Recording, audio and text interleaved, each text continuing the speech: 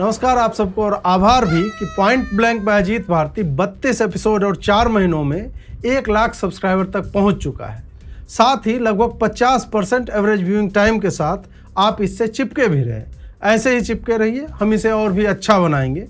आधे लोगों ने किसी कारण से सब्सक्राइब नहीं किया है, वो यदि कर लें तो एक ही दिन में 2 लाख सब्सक्राइबर हो जाएंगे। पर कोई बात नहीं, किसी को समझा ही सकते हैं, ज़बरदस्ती थोड़ी ही है।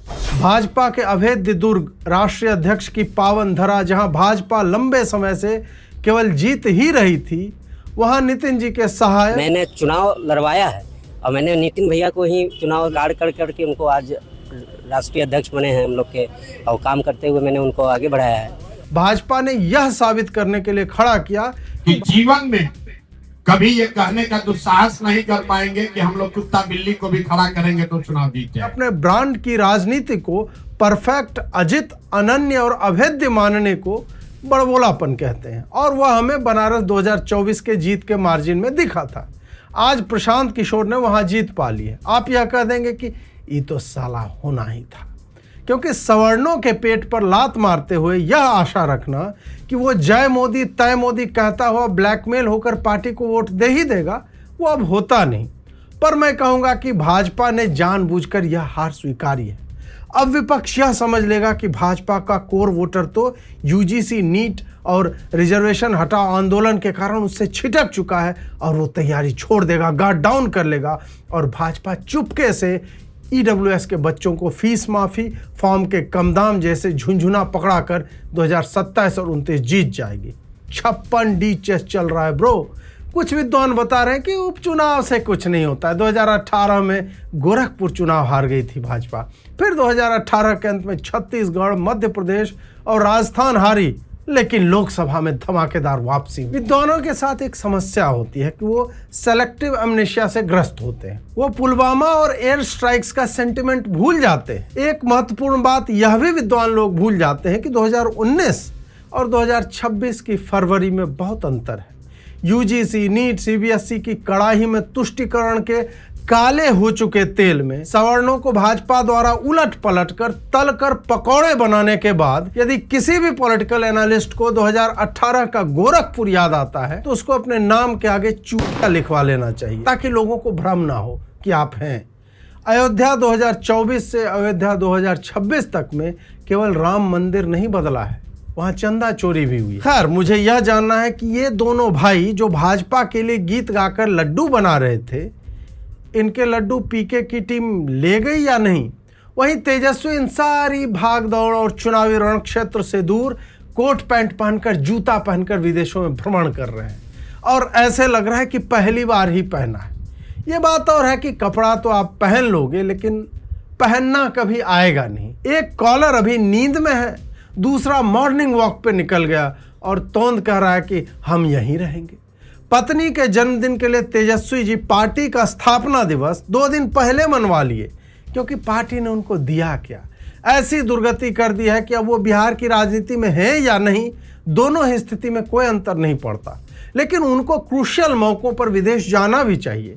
राहुल गांधी उनके मित्र हैं जो मानते हैं कि जब हार तय हो तो अंडमान या थाईलैंड निकल जाना ही उचित रहता है। कांवड़ यात्रा आरंभ हो चुकी है। ऐसे समय में भगवान शिव पर बात हो या ना हो, वामपंथियों के फोल्डर में कांवड़.docx वाली वर्ड फाइल में ड्राफ्ट पोस्ट के कांवड़ियों का हुड़दंग। ये है भक्त। मोदी और आरएसएस वालों ने तुम्हारे बच्चों को कहां पहुंचा दिया है। चरसी और दंगाई कांवड़ियों को देखिए, यही है हिंदू राष्ट्र की झलक। आदि को एकाध आपवादिक घटनाओं के उपरांत पोस्ट करने की चुल्ली ने सदैव रहती है। उंगली तो करनी ही है, चाहे वहां करें या कहीं और। 40 वर्ष के लोगों को अंकल कहने वाली 46 वर्षीय प्रौढ़ा देह की स्वामिनी आरफा जी ने लिखा, ये आरएसएस के ब्रेन वॉश जेन जी हैं, और दूसरे वो जिन्होंने जंतर मंतर से सरकार के खंभे हिला दिए। इनको देखकर गुस्सा नहीं आ रहा, दुख हो रहा है। दुख तो होना भी चाहिए आरफा जी, क्योंकि ये अपनी जवानी व्यर्थ कर रहे हैं। यदि ये आपके मजहबी भाई होते तो केवल गीत बजाकर ढिच्चिक ढाई पे नाच नहीं रहे होते, बल्कि धमाके इनके बीट्स होते और देह bits and pieces. Ajit Anjum ने व्यंग में लिखा, यह संस्कारी सनातनी है। सर, आप तो संस्कारों की बात मत कीजिए। हमने आपको आग बुझाते देखा है कैमरे के लिए और संगीत पर नाचते किशोरों से आपको समस्या हो रही। मोदी को मां की गाली देने वाले संस्कारी बच्चों पर आपके विचार तो खोजने से भी नहीं मिले। इनफैक्ट आपने उन्हें डिफेंड किया है यह कहकर कि कुछ गुंडे घुस जाते हैं और आपको वो लोग ही सरकारी एजेंडा चलाने वाले दिखे जिन्होंने इस पीढ़ी की ऐसी यौनिक विकृति को उजागर किया। राम मंदिर चंदा डकैती पर संसद परिसर में नुक्कड़ नाटक करने के बहाने भगवान राम को अयोध्या सांसद के चरणों में रखने वाले पप्पू यादव नामक 18 व्हीलर ट्रक की कुछ लोगों ने सर्विसिंग कर दी। वैसे पप्पू यादव पर जूता फेंकना किसी भी प्रकार से उचित नहीं ठहराया जा सकता। यह उस व्यक्ति की मूर्खता मात्र है जो यह सोचता है कि पहाड़ पर ढेला मारने से पहाड़ टूट जाएगा। इसको फिजिक्स में प्रोजेक्टाइल मोमेंटम आदि की शिक्षा लेनी चाहिए। गुरुभक्त आरुणी की भांति खेत की मेड़ ना सही पर पुलिस बैरिकेड के सामने लेटकर भाखड़ा नांगल बांध और राजा मौली के वाराणसी में हनुमान जी की पूंछ के एक हिस्से का रोल करने वाले पप्पू यादव एक हाइब्रिड है जिनमें बाघ का करेजा है। बिहार में करेजा एकदम अलग मीनिंग होता है यदि आप प्रेम के संदर्भ में बोले तो, जैसे कि पियावा से पहरे हमार रहलू। ऐसे कालजयी गीत की प्रथम पंक्ति में कवि ने लिखा है, अब बात न तो से हुई सुनाए मोर करेजा, यानी प्रेमी को करेजा या लिवर कहकर संबोधित किया गया। अब पप्पू यादव किसी बाघ का करेजा लिए घूमने का दावा करते हैं, लेकिन जब भी इनकी ओर हवा भी बहती है तब इनका करेजा बकरी वाला हो जाता है, मिमियाने लगते हैं। ये सुन इसको अभी मेरी सास पे हमला कर रहा है, अब हम को ना बचाएंगे और वो कह रहा है कि अगर आप बाहर निकलेंगे तो आपकी हत्या कर देंगे। वैसे बकरी का करेजा इनमें है कहीं, इसीलिए तो ये मुसलमानों के बीच अल्लाह अल्लाह की कसम खाते दिखते रहते हैं। मोदी जी जेन जी को लुभाने में लगे हुए हैं। रील बाजी चल रही है, मिलियंस में व्यूज आ रहे हैं, देव दानव सब आनंद में है। भारत में जेन जी मतदाताओं की संख्या 380 मिलियन यानी 38 करोड़ बताई जाती है और मोदी जी की रील 450 मिलियन व्यू आ रहे हैं उस पे। यानी भाजपा के रणनीतिकारों की माने तो भविष्य में जेन जी ने इन्हें चुन लिया है और वो लोग अब 2-2 बार मोदी जी को कूचू पूचू कर रहे हैं। वैसे ये जो हेलो फ्रेंड्स कहकर मोदी जी रातों को दिखते हैं और इनकी टीम बता रही है कि ऐसे ही जैन जी का मन मोह लिया जाएगा, तो इसके लिए इनको बांकीपुर के जैन जी को थोड़ा संदेश देना चाहिए था ना, या उधर जैन जी है ही नहीं क्या? मतलब बिहार में तो बिहारी होते हैं, क्या जैन जी और क्या मिलेनियल है कि नहीं। खैर ये भी पूछना था कि मोदी जी को ऐसा क्यों लगता है कि यूजीसी पर सारे सवर्णों को जन्मजात अपराधी बताने वाले, परीक्षा पर चर्चा करके परिणामों में हाथ के साथ कॉपी स्कैन करके जस्टिफाई करने वाले और पेपर लीक पर कॉकरोचों के सामने लेट जाने वाली सत्ता को वही जेन जी बार बार मौका देगी, क्योंकि मोदी जी 77 वर्ष की आयु में रील बना नहीं देते अजीत जी। लेकिन देखिए तो गाली देने वालों को मोदी जी ने माफ कर दिया है, बड़ा हृदय दिखाते। सुनिए। मुझे तो गालियां दी गई, मेरी स्वर्गीय माता को भी गालियां दी गई। एक गुमराह बच्चे हैं, उनको राह दिखाना हमारा काम है, मैं उन्हें माफ करना चाहता हूं। वो तो सही है, लेकिन मोदी जी को इस बात का आक्रोश दिखा कि उन्हें गाली दी गई। पर क्या विचित्र बात है कि 22 लाख नीट अभ्यर्थियों और 18 लाख सीबीएसई बोर्ड के बच्चों की मानसिक पीड़ा पर उपजे आक्रोश पर आपका मुंह एजेंट स्मिथ ने एंडरसन की तरह बंद कर दिया था कि एक भी मन की बात तो छोड़ो, ट्वीट भी आपसे नहीं हुआ। अब सारा घमंड पीकर रील बना रहे हैं और उसके पीछे कोई सकारात्मक उद्देश्य नहीं है, केवल और केवल राजनीति। यानी बच्चों से नहीं, वोट से विशुद्ध प्रेम ने आपको फोन के फ्रंट कैमरा का बटन ऑन और ऑफ करते हुए दिखने को विवश कर दिया। वैसे प्रातः, दोपहर एवं संध्या निंदनीय श्री मोहन जी भागवत 40 कार वाले मोदी जी से आगे चले गए जेन जी वाले में। अब उन्होंने जन अल्फा को साधने के लिए शिविर बांध लिया है, पता नहीं वहां क्या सिखाएंगे। राम मंदिर में चोरी करने वालों का चरित्र निर्माण तो इन्हीं लोगों के संरक्षण में हुआ था और आज तक बेचारों ने राम राम के अलावा और कुछ बोला भी नहीं। फिर भी ये भी करके देख लीजिए, जब ऊपर से नीचे तक बकरी ही चल रही है तो संघ वाले भी क्यों पीछे रहेंगे। संघ को संघ कहना सीखिए आप लोग। लेकिन आप लोग ये सब मत कीजिए। आधे लोगों ने सब्सक्राइब नहीं कर रखा है, कर लीजिए और देखने के बाद या अभी ही 2-4 ग्रुप में डाल दीजिए। बिलियन तक कैसे पहुंचेगा सोचिए एक बार। ऐसे बनेगा विकसित भारत जहां का युवा राजनीतिक व्यंग्य अकेले देखता है, शेयर तक नहीं करता। मोदी जी ने हाल ही में नशा मुक्ति अभियान के लिए लिखा, अगर कोई युवा गलती से नशे में फंस भी गया है तो इसका ये मतलब बिल्कुल नहीं कि उसके सारे रास्ते बंद हो गए जी। हमें हमेशा इस बात का ध्यान रखना है, घर का कोई बच्चा अगर नशे का शिकार बन गया है तो उसे सामाजिक प्रतिष्ठा की आड़ में छुपाएं नहीं। किसी परिवारवादी पार्टी के युवराज के लिए इस तरह के परोक्ष आक्षेपों की मैं कड़ी निंदा करता हूं, वह भी तब जब सत्ता के नशे में धुत लोगों की संख्या भाजपा में सर्वाधिक है। इनके नेता तो छोड़ो, इनके आईटी सेल तक भांग का सेवन करते प्रतीत होते हैं, पर मोदी जी उन्हें नहीं कहेंगे कि भांग और गांजा का नशा त्याग कर कुछ ढंग की कम्युनिकेशन स्ट्रेटजी बनाओ। अमित, दिलीप वो पौधे से आते हैं पर हर्बल उत्पाद नहीं कहे जा सकते। कांग्रेस वाले भी आजकल कम सेवन नहीं कर रहे हैं उत्कृष्ट पदार्थों का। एक सांसद ने राम मंदिर को निशाना बनाते हुए मोदी की सीता कहाँ थी कहकर आक्षेप किया, सुनिए। मोदी जी मंदिर का पूजन कर रहे थे, हमको तो सीता मैया दिखाई नहीं पड़ी कहीं वहाँ। अब उस समय राम की सीता कौन था और मोदी जी की सीता कौन है, इसका फैसला खुद मोदी जी कर लें। एक तो भगवान ने जब मुंह ऐसा दिया हो जो एक नकारी पार्टी को डिफेंड करते करते धरातल के समानांतर सरल रेखा की जगह तिर्यक रेखा बन चुकी हो, तो वैसे ही भगवान पे नहीं बोलना चाहिए। क्या पता परपेंडिकुलर हो जाए मुंह किसी दिन। दूसरे जिनके मालिक चुनाव के समय त्रिपुंड लगा लेते हैं वो धर्म शुभ अशुभ की चिंता ना करें। आपका हमें पता है ब्रो। सौरभ दास का एक नया वीडियो सामने आया जिसमें पुलिस उसे भीड़ के बढ़ने और वॉलंटियर के ना होने पर सचेत कर रही है, पर अपना भाई अपना बाल सहलाने में व्यस्त है। अब जबकि वहां आए हर दंगाई पर एफआईआर हो चुकी है और लोगों को उनके 22 वर्ष का होने का स्मरण हो रहा है, तब दास, दीपके और रंका अपनी ब्रांडिंग में लगे हुए ट्विटर पर सॉवरेन गारंटी नाम का धनिया छींटकर गायब हो जाते हैं। इन्होंने लोगों को बताया था कि उन्हें सिब्बल के 1 करोड़ के फंड से बचाएंगे, जबकि लोग पूछ रहे हैं कि कहां हो सौरभ दास, हम तो फंस गए यार, हमारे ऊपर एफआईआर हो गई। देखिए, Where are you, Saurabh Das? Abhijit Dipke, why are you not speaking? We have been fighting for you guys. Now it's your time to fight back for us. वैसे आप लोगों ने भाजपा के friend, philosopher and father Shri Dilip Mandal ji का please Saurabh please ये वाला tweet देखा या नहीं?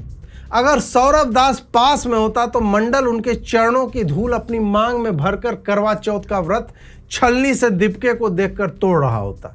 फिर ठीक ही लगता है कि जिस दास को नड्डा ने माथे पर बिठाया उसको सहलाने के लिए दिलीप मंडल जैसे लोग तो आगे आएंगे। वहीं आंदोलन के अंतिम दिन टाइफाइड का बहाना मारकर अगले दिन एंजॉय करने और रात को लाइव में आकर स्वयं के मित्रों द्वारा शाहरुख दिखता है भाई तू, इसकी बांग देकर नहीं आप तो शाहरुख से भी बेटर हो, इस पे ब्लश करने के बाद तू भाई गरीबों का हार्दिक पांड्या है। इस पर मुंह बनाने के बाद झारखंड में हो रहे छात्र प्रदर्शन पर दीपके ने ये बोला। और एक इंटरव्यू में इसी प्रदर्शन पर उससे पूछा गया कि उसका कोई प्लान है, तो उसने कहा कि वो जल्दबाजी में कुछ नहीं करना चाहता और उसके पास हर समस्या का समाधान नहीं है। ध्यान रहे कि तिलचट्टों ने अभी तक पंजाब, कर्नाटक, केरल आदि में हुई अनियमितताओं पर कुछ नहीं बोला है। झारखंड वाले प्रोटेस्ट में कॉकरोच तो साथ दे रहे हैं, पर उसके साथ कई पत्रकार भी सरकार द्वारा उठाए गए कदमों की सराहना कर रहे हैं। ये बात और है कि सराहना में थोड़ी कॉपी पेस्ट टाइप का काम चल रहा है और OMR को ORM लिखा जा रहा है। लगता है कि कुछ लोग जो पुलिस पर हुई पत्थरबाजी को अपनी पत्रकारिता के ढाल के नीचे छुपा रहे थे, एक आध पत्थर ढाल से छिटक कर उनके माथे पर भी लग गया है। उसी से JMM यानी झारखंड मुक्ति मोर्चा के सोशल मीडिया हैंडल द्वारा प्रचारित OMR को ORM लिखकर प्रखरता से बता रहे हैं नहीं कोई टूल किट नहीं है। बिल्कुल नहीं, स्पष्ट दिख रहा है ब्रो। लुधियाना से एक मनोरम दृश्य देखने को मिला। ऊपर से आपको भी लगेगा कि नगर निगम कार्य नहीं कर रहा है, पर केजरीवाल जी को मुझे लगता है यहाँ बदनाम करने का षड्यंत्र चल रहा है। पंजाब दुनिया में नंबर 1 स्टेट है, ध्रुव राठी ने भी अपनी मुहर लगा दी है और इसलिए केजरीवाल जी आजकल पंजाब छोड़कर जन जी को लुभाने के लिए रील बना रहे हैं। मुझे लगता है कि जनता को कूड़े के प्रति जागरूक करने हेतु सरकार ने सड़कों पर कूड़ा डलवाना आरंभ कर दिया है कि देखो ये तुम्हारे घर का कूड़ा है, इतना मत करो। मैंने जब इस पर 3 मिनट शोध किया तो मुझे एक और बात समझ में आई कि वास्तव में जब अहमदाबाद ओलंपिक गेम्स के लिए प्रयासरत है तो लुधियाना एक फार्मूला 1 रेस ट्रैक बनवा रहा है स्ट्रीट रेसिंग के लिए। इसमें जो आपको कचरा दिख रहा है उसे आप स्पीड रिडक्शन बैरियर की तरह देखिए। कार की स्पीड 300 किलोमीटर पर आवर होगी और यदि ओवर स्टेयर होकर वह ट्रैक से बाहर चली गई तो पॉलीथिनों में भरे पराठे, छोले और राजमा उसके लिए कुशन का कार्य करेंगे। बटर और तेल उसे स्मूथ बना देगा और अंत में दीवार तक पहुंचते पहुंचते उसके अल्ट्रा सॉफ्ट रबर टायर में इतने पॉलीथिन घुस चुके होंगे कि कोई माय का लाल उसे 3 इंच भी आगे नहीं ले जा पाएगा। पंजाब सरकार इसके लिए लाइव डेमो करवा रही है। पहले सामान्य कारों का यह प्रयोग होगा, उसके उपरांत ही उसे F1 के क्वालिफाइंग और रेसिंग के दिन प्रयोग में लाया जाए। जब से आरक्षण हटाओ आंदोलन आया है, लोग ऐसे ऐसे समाचार निकाल कर ला रहे हैं जिसे देखकर आपको अपने देश पर गर्व का अनुभव हो जाएगा। एक भाई साहब 500 में से 11 नंबर लाए और शिक्षक नियुक्त हो गए। आप सोचिए कि परीक्षा कितनी टफ रही होगी कि 500 में 11 वाले को भी इस योग्य माना गया कि वो पढ़ा सकता है। ये बात और है कि इनकी ही कम्युनिटी को पता चल जाए कि श्रीमान जी को 11 आए हैं 500 में, तो वहाँ अपने बच्चे को ये नहीं भेजेंगे। ऐसे ही एक डॉक्टर को तो कलम से अपना नाम लिखने के 800 में 1 नंबर देकर मेडिकल पीजी में मास्टर ऑफ सर्जरी इन हड्डी विभाग प्रवेश दे दिया गया। कितनी टफ रही होगी ये परीक्षा भी कि 800 में केवल 1 नंबर लाया, पर प्रतिभा इतनी थी कि सरकार ने कहा इसे सीट दे दो, उसको मत देना जो जनरल का और 440 नंबर लाया है, क्योंकि वो ब्राह्मणवादी जनेऊधारी इतना पढ़ के जाएगा कहाँ, उसको भीख मांगने दो और उसकी जाति के लोगों से टैक्स लेकर इनकी पढ़ाई फंड करते रहो। जैसे कि देखिए, मोदी जी ने EWS में ये माना कि सामान्य वर्ग के बच्चे भी निर्धन होते हैं और SC ST OBC तो निर्धन होते ही हैं, क्रीमी लेयर को छोड़ करके। इसलिए SC ST OBC को फॉर्म के दाम, हॉस्टल की फीस, कोर्स की फीस में 100% तक छूट दी। पर ये EWS वाला जो है ना, इनका दादा जमींदार था, इसको कहो पूरी फीस भरने को। तर्क देखिए कि जो गरीब है वो तो टैक्स देते नहीं, मतलब डायरेक्ट टैक्स, यानी सवर्ण अधिकांश हिस्सा टैक्स का देते हैं, जिससे ये सारे सरकारी कॉलेज चलते हैं और वहाँ किस वर्ग के बच्चे को कोई छूट नहीं मिलती, जिन्हें निर्धन माना है सरकार ने। जी हाँ, सवर्णों को, EWS वालों को। किस वर्ग के बच्चों को लाइब्रेरी से पुस्तकें सबसे कम और सबके बाद मिलती है? सवर्णों को। और फेल कौन होता है इतनी सब्सिडी और पॉजिटिव डिस्क्रिमिनेशन के बाद भी? जी वही लोग जिनका नाम लेने पे मोदी जी ने 47 तरह की धाराओं का प्रबंध किया है। खैर, इन्हें देखिए, ये मीणा समाज के हैं और इनका प्रतिनिधित्व नौकरियों में 1000% अधिक है इनकी जनसंख्या से, पर सरकार का साहस है कि उन्हें ये इस लिस्ट से बाहर करके भील और आदिवासियों को आगे कर सके ना। जहां सरकार सामान्य वर्ग के हितों को लुधियाना की सड़कों पर पड़े कूड़े में रखकर जन जी में इतनी घुसी हुई है कि बांकीपुर हार जाती है और इनके मंत्री खुलेआम पोस्ट लिखकर धमकी देते हैं कि किसी के बाप की औकात नहीं कि आरक्षण को हटा दे। सामान्य वर्ग के बाप का आह्वान किया इन्होंने, पर इतने पर भी उनसे नहीं रहा गया तो हर सरकार में 2 कौड़ी की तुकबंदी कविता कहने वाले रामदास अठावले ने सामान्य वर्ग को जाहिल और मानसिक रोगी तक कहा, क्योंकि वो अठावले जैसे चिरकुट नेताओं को जातिगत समीकरण के आधार पर राज्यसभा में देखकर देश की दुर्दशा पर रोते हैं और चाहते हैं कि बात मेरिट पर हो और उसी मोदी के विकसित भारत का स्वप्न उसका दिवा स्वप्न बनकर न रह जाए। एक बात तो माननी पड़ेगी, मोदी जी को नमूनों की अच्छी समझ है। वो चाहते हैं कि संसद में एक आध जोकर तो सत्ता पक्ष से भी हो, केवल राहुल गांधी क्यों मनोरंजन करते रहे। ये वीडियो देखिए, अखिलेश जी के समर्थक गीता के श्लोक का पालन करते हुए सुख दुखे समय कृत्वा लाभा लाभो जया जयो करते हुए फटे पजामे में चड्डी के चीथड़े दिखाते हुए अखिलेश भैया जिंदाबाद के नारे लगा। यही लोग पीडीए के एनरिच्ड यूरेनियम रॉड्स हैं जिनसे अखिलेश भैया और पूरी सपा ईंधन पाती है। इनको कौन हरा देगा भाई?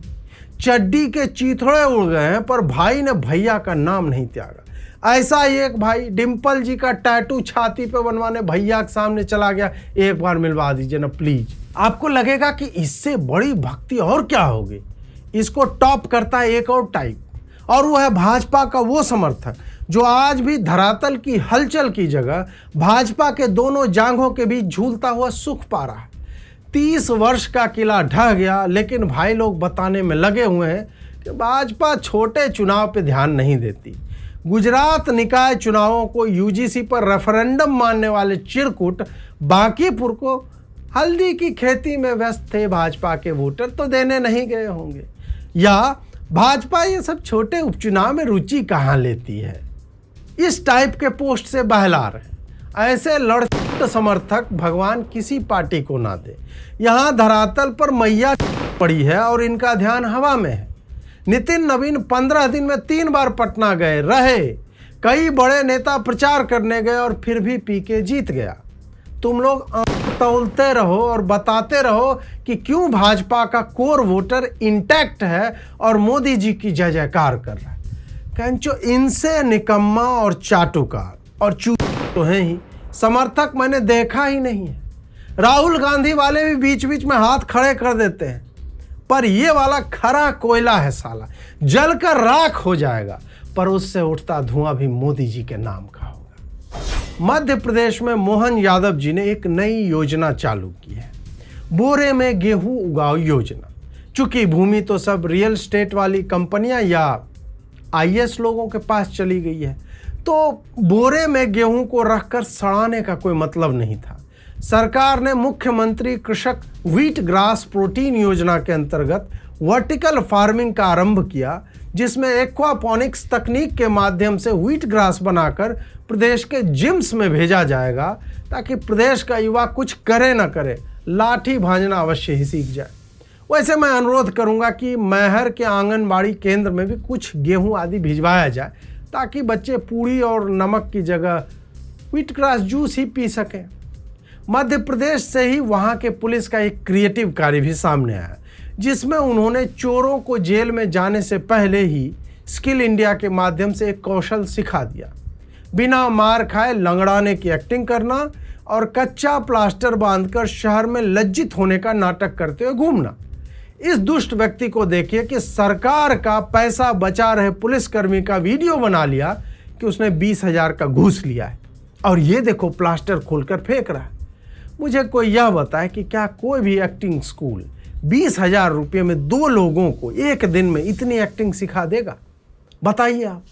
कैसा लगा आपको यह एपिसोड? सब्सक्राइब कीजिए, करवाइए, वीडियो देखिए, दिखाइए, व्हाट्सएप टेलीग्राम में लिंक शेयर कीजिए।